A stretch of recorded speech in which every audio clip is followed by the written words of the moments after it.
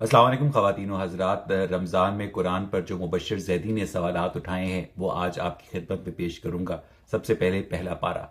वो कहते हैं कि ये बात समझ से बालातर है कि अलहम्द कुरान का हिस्सा क्यों है। मुसलमान इसे नमाज में पढ़ते हैं और वहां ये ठीक मालूम होती है, लेकिन अल्लाह की किताब का इससे आगाज दुरुस्त नहीं लगता। इसमें कुल का लफ्ज भी नहीं जिससे समझा जाए कि खुदा अपने रसूल को दुआ मांगने का तरीका बता रहा है। इसके आगाज में खुदा को मेहरबान बताकर तारीफ की गई है, लेकिन आखिरी आयत से पता चलता है कि ऐसा डर की वजह से किया जा रहा है क्योंकि खुदा को गुस्सा आता है। इसमें खुदा से मुतालिक वो दो टोक बयान भी नहीं जो सूरह तौहीद में है और जो एक खुदा वाले मज़ाहिब के आइन का प्रियम्बल यानी तमहीद करार दिया जा सकता है। दिलचस्प बात यह है कि सूरह बकरा का आगाज गोया हमसे खिताब से हुआ है, यानी इस किताब में कोई शक नहीं। इस दावे से पता चलता है कि शक रसूल के दौर में भी था। लोग तब भी आंखें बंद करके किसी बात पर यकीन नहीं करते थे। आज ऐसे लोगों को मुहज्जब दुनिया में कदर की निगाह से देखा जाता है क्योंकि वो अक्लो शऊर की बात करते हैं। उस दौर में उन्हें कुफ्फार कहा गया। सूरह के आगाज में ऐलान किया गया कि यह किताब बिन देखे ईमान लाने वालों के लिए है। तो क्या जो लोग ईमान नहीं लाए वो इसे ना पढ़े? जब कोई इसे पढ़ेगा ही नहीं तो वो ईमान कहां से लाएगा? ये एक मंतकी तजाद है कुरान मजीद में। आयत 6 और 7 में रसूल से खिताब है कि आप काफरों को डराएं या ना डराएं, वो ईमान नहीं लाएंगे। फिर रसूल सारी जिंदगी तबलीग क्यों करती रहे अगर उन्होंने ईमान नहीं लाना था? इन आयात में काफरों के किसी खास गिरोह का जिक्र नहीं बल्कि एक अमूमी बात है।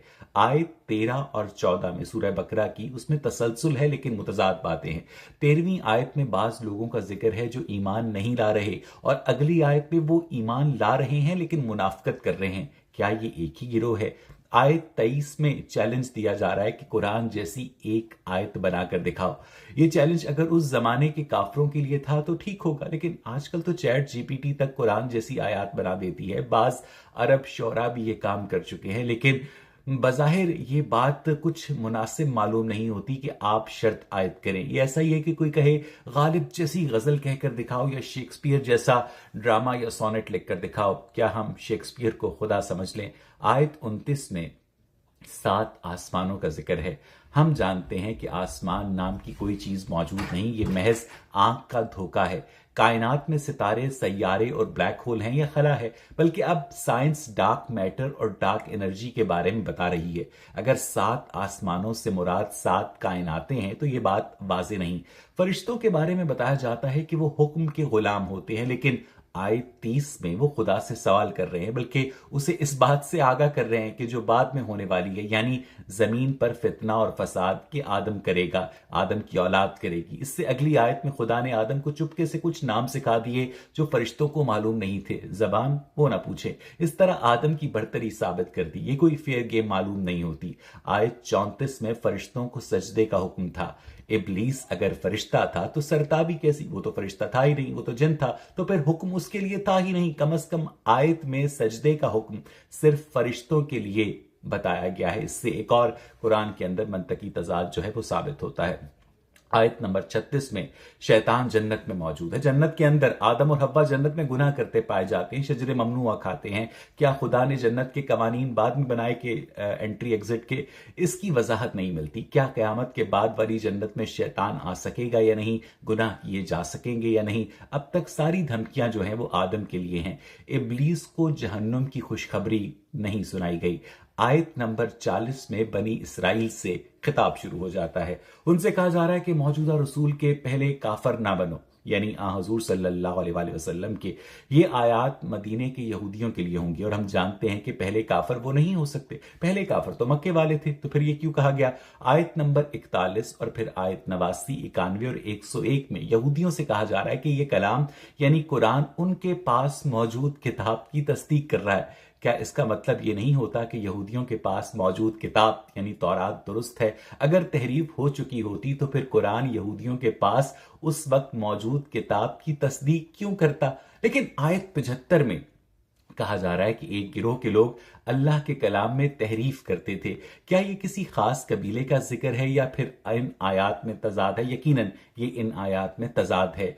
आयत नंबर 49 और 50 में यहूदियों को याद दिलाया जा रहा है कि खुदा ने उन्हें आले फिरौन से आजादी दिलवाई जो उनके बेटों को ज़िबा करते थे और फिर उन्हें समंदर में गर्क कर दिया। समंदर में या दरिया में, तारीख में इस वाक्य का कोई जिक्र नहीं मिलता और कुरान को तो फिरौन का नाम भी नहीं मालूम और ये भी नहीं पता कि फिरौन एक ओहदे का नाम है। अहदनामा कदीम में एक्सोडस का बाप इसी वाक्य का है, लेकिन तारीख इसकी तस्दीक नहीं करती। मैं मौजज़ात का जानबूझकर जिक्र नहीं कर रहा क्योंकि आज के रैशनलिस्ट जो हैं वो खिलाफे फितरत बातें मानने पर वो आमादा नहीं होते। आयत नंबर 56 में लोगों को दुनिया में यानी जमीन पर मौत के बाद जिंदा करने का जिक्र है। हम उस पर तबसरा रहने देते हैं क्योंकि लाइफ आफ्टर डेथ का कोई सबूत तो है नहीं। आयत नंबर 62 में साफ साफ लिखा है कि खा तुम यहूदी हो, ईसाई हो, सितारा परस्त हो, अगर तुम नेक अमल करोगे तो कयामत के दिन गमनाक ना होगे। आगे चलकर आयत नंबर 111 और 112 से फिर पता चलता है कि जन्नत किसी खास मजहब वालों के लिए नहीं, बल्कि जिसने भी खुदा के आगे सर झुकाया और नेक काम किए उसे अजर मिलेगा। क्या ये अजर जन्नत है या फिर कुछ और है? जन्नत नहीं तो उसमें मुसलमानों का जिक्र क्यों है? जन्नत है तो उससे बाज मुसलमानों का यह दावा गलत साबित होता है कि जन्नत सिर्फ मुसलमानों के लिए है। आयत नंबर 74 में सख्त दिल को पत्थर से तशबीह दी गई है जो उम्दा मिसाल है। इससे पहले इस सूरत में दी गई मिसालें मामूली सी हैं और खुदा खुद आयत नंबर 26 में इस बात का इकरार कर रहा है कि वो मामूली मिसालें देने से नहीं शर्माता। आयत 79 में जिक्र है कि कुछ लोग किताब खुद लिखकर कहते हैं कि ये खुदा की जानिब से है। अगर इससे मुराद यहूदी हैं तो ये बात तारीख और आसार से साबित नहीं। तौरात के हजारों साल पुराने नुस्खे बिल्कुल उसी मतन के साथ आज भी प्रिजर्व्ड हालत में मौजूद है। आयत नंबर 82 में है कि जो लोग ईमान लाए और नेक अमल किए तो वो जन्नत में जाएंगे। चूंकि ये खिताब बनी इसराइल से है इसलिए यहां ये खुशखबरी भी बनी इसराइल के लिए है। आयत नंबर 83, 84 और 85 में जो कुछ यहूदियों के लिए कहा गया वो सब मुसलमानों पर भी पूरा उतरता है। आयत नंबर 97 से पता चलता है कि कोई फरिश्ता नहीं आता था, यानी जिब्रील वाली कहानी गलत है, बल्कि रसूल के दिल पर कलाम नाजिल किया जाता था, दिमाग पर नहीं, बल्कि कुछ बेहतर होता। आयत नंबर 102 में दो फरिश्ते हारूत और मारूत लोगों को जादू सिखा रहे हैं, लेकिन उन्हें कुछ नहीं कहा जा रहा। लेकिन उसी आयत में शैतानों को काफिर कहा जा रहा है, हालांकि वो फरिश्तों वाला काम कर रहे थे, यानी जादू सिखा रहे थे। आयत नंबर 106 में कहा जा रहा है कि खुदा आयत मनसूख भी कर देता है और भूल जाने भी देता है। कहीं नहीं लिखा कि बाइबल की आयत मनसूख हो रही है या कुरान की। अल्लामा रहमतुल्लाह तारिक की किताब मनसूखुल कुरान याद आ रही है जिसमें उनके मुताबिक कोई आयत मनसूख नहीं हुई, यानी अल्लामा साहब सूरह बकरा के मुखालिफ हैं।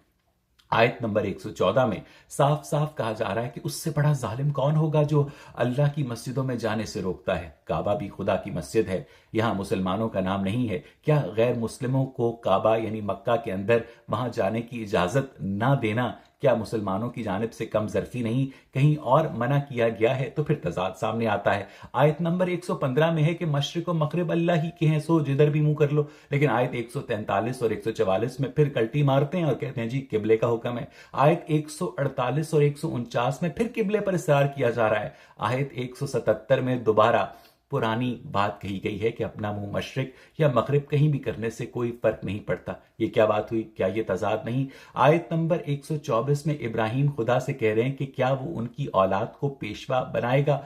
इस पर खुदा जो है साफ साफ कहता है नहीं, लेकिन बाद में हम जानते हैं कि कम से कम 4 नस्लों तक नबी पैदा होते रहे या बनते रहे या खुद से वो दावा करते रहे। इस नहीं का क्या मतलब था? आयत नंबर 135 के मुताबिक हिदायत का दुरुस्त तरीका इब्राहिम का था और यहूदियों और नसरानियों का नहीं। ऐसा है तो इब्राहिम के बाद यहूदियों के अंबिया और फिर ईसा की क्या जरूरत थी?